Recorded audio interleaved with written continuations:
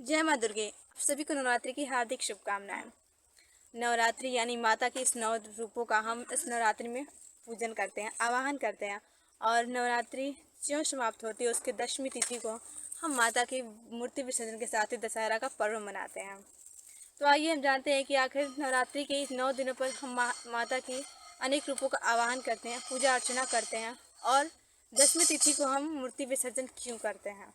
जल को हमेशा से ही पावन माना गया है। सनातन संस्कृति में ऐसी मान्यता है कि समस्त देवी देवता जल मार्ग के द्वारा ही अपने लोक को जाते हैं। जलों के देवता हैं वरुण। भगवान राम और उनके अनुज लक्ष्मण जी भी जल में ही समाधि लिए थे। ऋषि मुनियों के पार्थिव शरीर को जल में ही प्रवाहित किया जाता है। भारत में नदियों को माता का स्थान मिला, उसमें से एक विशेष नदी है गंगा। इन्हीं हम माँ गंगा कहते हैं। तो माँ गंगा के अवतरण दिवस पर हम गंगा दशहरा मनाते हैं। कहते हैं कि बेटियां परायधन होती हैं। शादी के बाद बेटियां अपने ससुराल चली जाती हैं और मायके वही का तिथि की तरह आती हैं।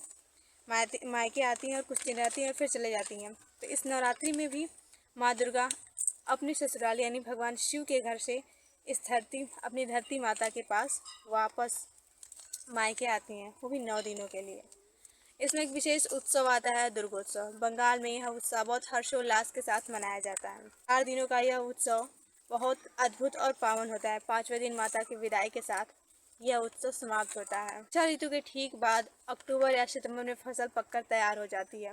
उसे हम काटकर अपने घरों में रख लेते हैं, जो हमारी साल भर की मेहनत होती है।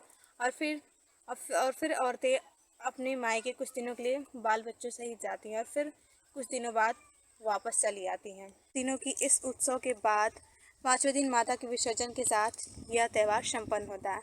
विसर्जन से पहले महिलाएं शगुन के तौर पर एक दूसरे की मांग एवं चूड़े में सिंदूर लगाती हैं। बंगाल में इसे सिंदूर खेला भी कहा जाता है। इसके बाद विदाई का समय आता है और सबकी आंख भीग जाता है, सबकी आंखों में आंसू होते हैं। इसलिए कि पता नहीं अगले वर्ष माता कब आएंगी, जल्दी से माता आए और फिर हमें उनका आशीर्वाद मिले। आप सभी को नवरात्रि की हार्दिक शुभकामनाएं। जय माँ दुर्गे।